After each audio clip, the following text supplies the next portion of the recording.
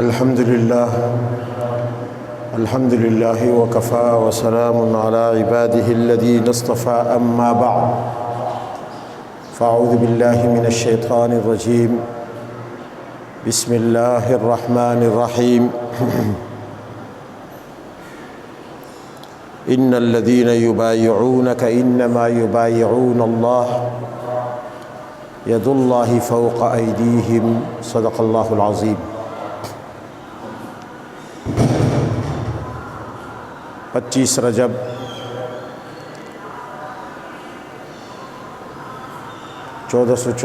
ہجری 17 فروری 2023 کو آج ہم اور آپ جامعہ ربانیہ ناظم آباد کراچی میں جمعۃ المبارک کے حوالے سے جمع ہیں۔ 22 رجب امیر المؤمنین حضرت سیدنا معاویہ ابن ابی سفیان رضی اللہ تعالی عنہما کا یوم وفات ہے۔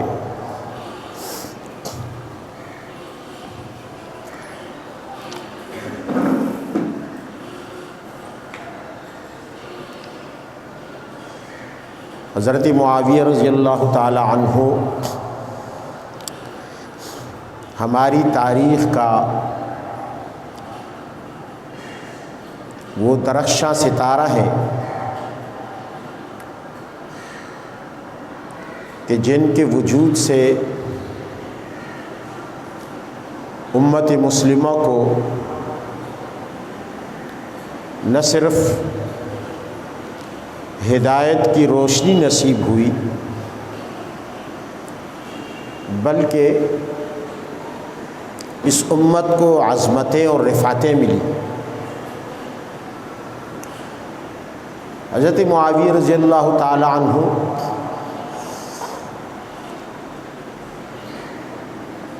خلافت راشدہ میں 6 نمبر پر ہے۔ نبی علیہ الصلاۃ والسلام نے اپنی وفات کے بعد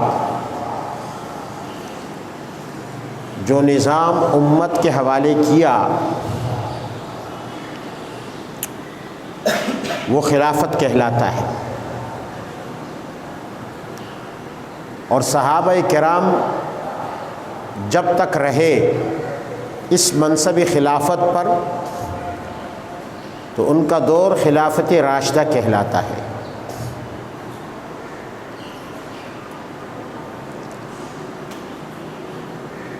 یعنی رشد و ہدایت سے مالا مال خلافت۔ حضرت ابو بکر، حضرت عمر، حضرت عثمان، حضرت علی، حضرت حسن اور حضرت معاویہ رضی اللہ تعالی عنہم اجمعین، یہ سب کے سب صحابہ کرام تھے اور منصب خلافت پر فائز تھے۔ یوں تو نظام خلافت کو قیامت تک چلنا ہے، لیکن باقی ادوار کے مقابلے میں صحابہ کرام کا دور خلافت اس لحاظ سے ممتاز ہے کہ ان کے دور کو اللہ کے نبی نے خیر القرون قرار دیا، زمانوں میں سب سے بہتر زمانہ۔ فرمایا خیر القرون قرنی ثم الذین یلونہم ثم الذین یلونہم۔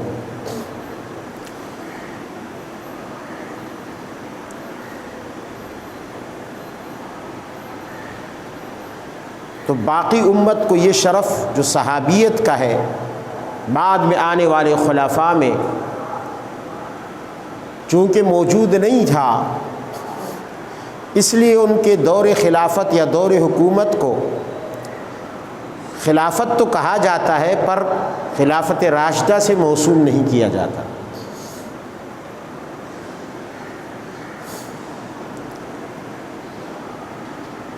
اور ظاہر ہے کہ ہر انسان کا مزاج مختلف، طبیعت مختلف ہوتی ہے، اور اس وجہ سے اگر کوئی تخت حکومت پر بیٹھا ہو تو اس کے مزاج کا اثر بھی اس کے دور حکومت پر پڑے گا۔ حضرت صدیق اکبر رضی اللہ تعالی عنہ کا اپنا ایک مزاج تھا، حضرت فاروق اعظم کا اپنا ایک مزاج تھا، سیدنا عثمان غنی کا اپنا ایک مزاج تھا، اور سیدنا علی رضی اللہ عنہ کا اپنا ایک مزاج تھا، پھر حضرت حسن کا اپنا ایک، ان کی اپنی ایک طبیعت تھی، اور حضرت معاویہ کی اپنی ایک طبیعت تھی۔ حضرت معاویہ رضی اللہ تعالی عنہ نبی کریم صلی اللہ علیہ وسلم کی خدمت میں بھی رہے، اور نبی علیہ الصلاۃ والسلام کے معتمد اور امین بھی رہے۔ آپ علیہ الصلاۃ والسلام نے ان کی حکومت کی پیشن گوئی بھی فرمائی، یعنی وحی کے ذریعے آپ کو علم ہو چلا تھا کہ حضرت معاویہ کو ایک دن خلافت ملے گی۔ اگر حضرت معاویہ رضی اللہ تعالیٰ عنہ کی خلافت درست نہ ہوتی تو اللہ کے نبی حضرت معاویہ کو روک دیتے، خلافت سنبھالنے سے، کہ خبردار خلافت قطعاً نہیں سنبھالنا، قطعاً مت سنبھالنا۔ جیسا کہ آپ نے حضرت عثمان غنی کو وصیت کی اور فرمایا کہ بعض لوگ تم سے خلافت کی قمیص چھیننا چاہیں گے، خبردار خلافت کی قمیص مت اتارنا، اللہ نے وہ قمیص تمہیں پہنائی ہوگی، لوگ زبردستی آپ سے چھیننا چاہیں گے، آپ نے وہ قمیص اتارنی نہیں ہے، جان دے دینی ہے مگر قمیص نہیں چھوڑنی، یعنی خلافت۔ اور ایسا ہی ہوا، حضرت عثمان غنی رضی اللہ تعالیٰ عنہ نے خلافت نہیں چھوڑی آخر دم تک، یہاں تک کہ آپ شہید ہو گئے۔ حضرت معاویہ رضی اللہ تعالیٰ عنہ آسمان ہدایت کے وہ تابندہ ستارے ہیں کہ اللہ کے نبی نے امت کا مقتدا ان کو بنایا ہے۔ کیسے؟ کہ اللہ کے نبی نے دعا فرمائی متعدد موقعوں پر، اللہم اجعلہ ہادیا و مہدیا واہد بہ، اے اللہ معاویہ کو ہادی بنا، یعنی امت کے لیے رہنما بنا، کہ امت ان کے راستے پر چلے،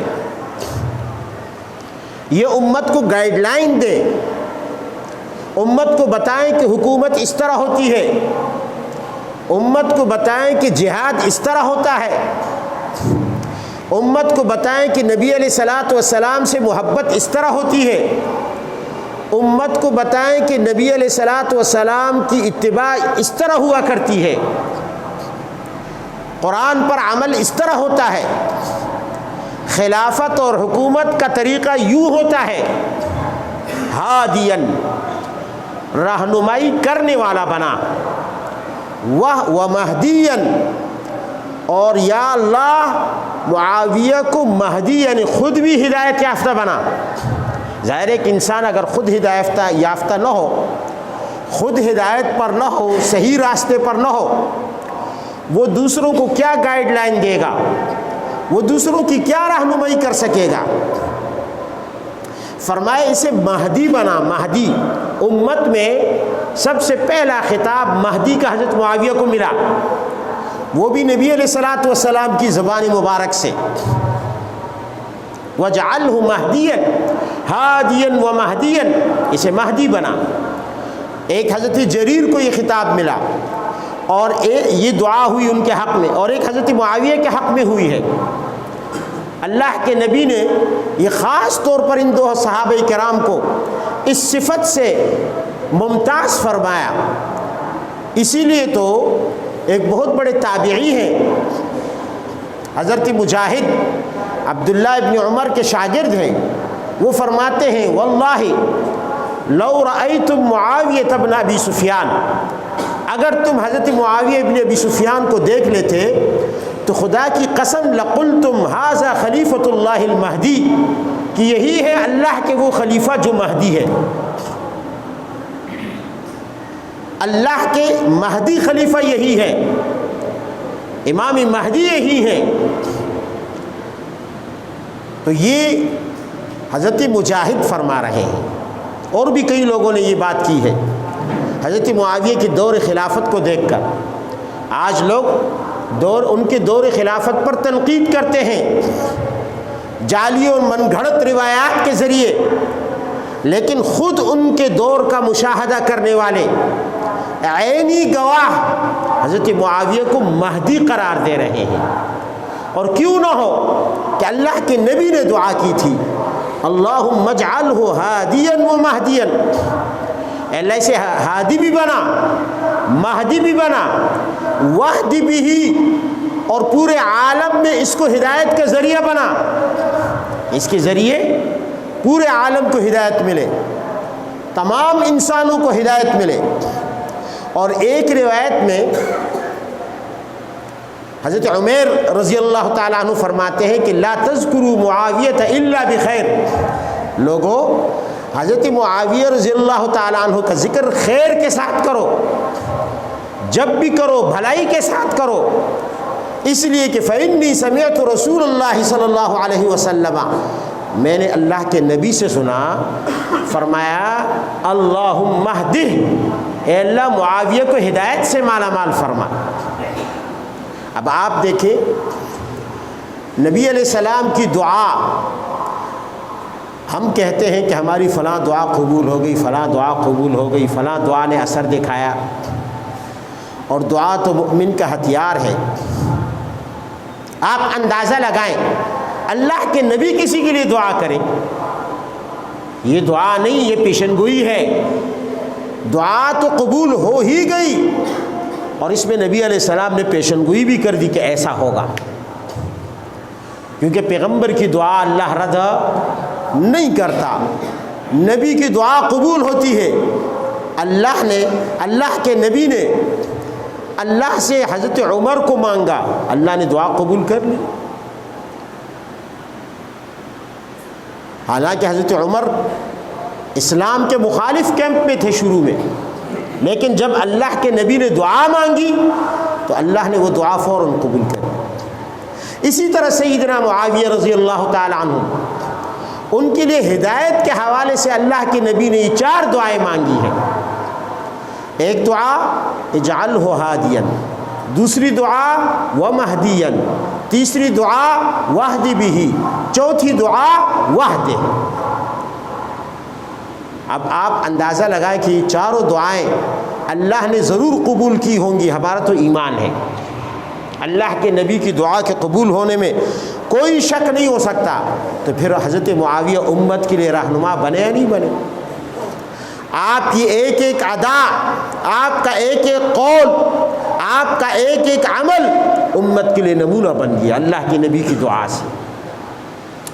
اور اللہ کے نبی نے آپ کے علم کے لیے دعا فرمائی اللہم علمہ الکتاب، اے اللہ اسے قرآن کے علم سے مالا مال کر دے۔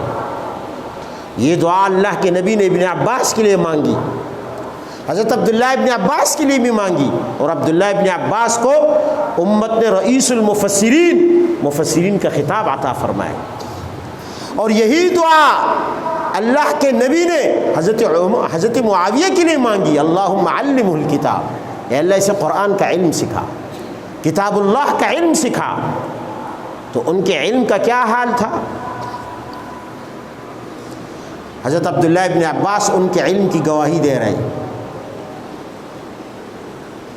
کسی نے حضرت معاویہ کی رائے وطر کے حوالے سے بخاری میں یہ روایت موجود ہے، حضرت عبداللہ ابن عباس کے سامنے ذکر کی کہ آپ کی رائے اور ان کی رائے میں فرق ہے، آپ جو مسئلہ بتا رہے ہیں اور عبداللہ ابن عباس جو بتا رہے ہیں فرق، حضرت معاویہ جو بتا رہے ہیں فرق ہے۔ تو عبداللہ ابن عباس نے فرمایا اصاب فإنہ فقیہ، تم نہیں جانتے معاویہ کی رائے درست ہے اس لیے کہ وہ بہت بڑے فقیہ ہیں، عظیم الشان فقیہ ہیں۔ اور ایک دفعہ فرمایا دعہ فإنہ کان فقیہا، چھوڑ دو حضرت معاویہ کو، ان کے بارے میں گفتگو نہ کرو غلط سلط، فإنہ کان فقیہا، اس لیے کہ وہ بہت بڑے فقیہ ہیں۔ سیدنا معاویہ رضی اللہ تعالی عنہ کا امت پر کتنا بڑا احسان ہے۔ آج حضرت معاویہ پر تنقید کرنے والوں سے میں کہتا ہوں، خاص طور پر روافض اور شیعوں سے، 1400 سال کی اسلام کی تاریخ میں 1 انچ زمین دکھا دو جو تمہارے کسی بڑے نے فتح کی ہو، جو تم نے فتح کی ہو، 1 انچ زمین دکھا دو، 1 انچ زمین تم نہیں دکھا سکتے۔ تم نہیں دکھا سکتے کہ تمہارے مذہب کے کسی بڑے نے 1 انچ زمین فتح کی ہو۔ نمک حراموں فتوحات معاویہ نے کی ہے، فتوحات فاروق اعظم نے کی ہے، فتوحات صدیق اکبر نے کی ہے، فتوحات عثمانی غنی نے کی ہے، اور پھر تم انہی کی زمین پر رہ کر ان کا نمک کھاتے ہوئے ان پر طعن و تشنیع کرتے ہو، ان پر تبرہ کرتے ہو۔ کائنات اور اس زمین کی دھرتی پر تم سے بڑا نمک حرام کوئی نہیں ہے کہ جو کھاتا بھی ان کا ہو اور بکتا بھی ان پر ہو۔ حضرت معاویہ نے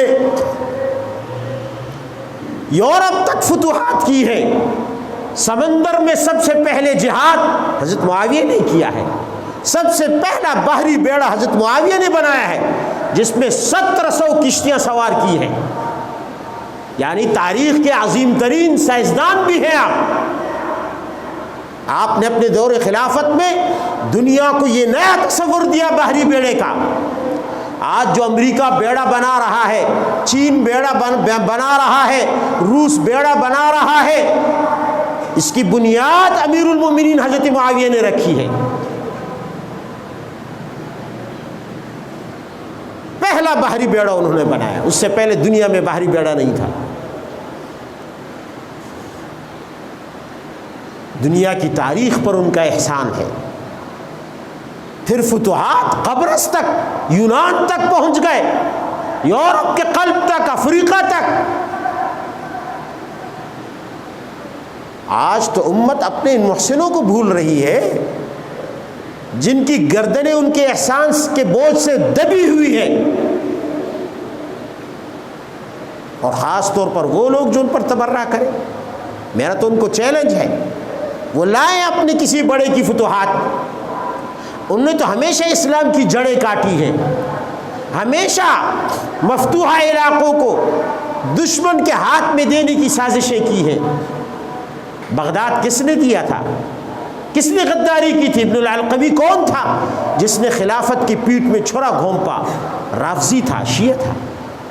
میسور کس نے دیا؟ اور سلطان ٹیپو کی پیٹھ میں کس نے خنجر گھونپا؟ میر صادق، شیعہ تھا۔ تم نے تو ہمیشہ مسلمانوں کی سراج الدولہ کی پیٹھ میں کس نے خنجر گھونپا؟ میر جعفر تھا جو مذہباً رافضی تھا۔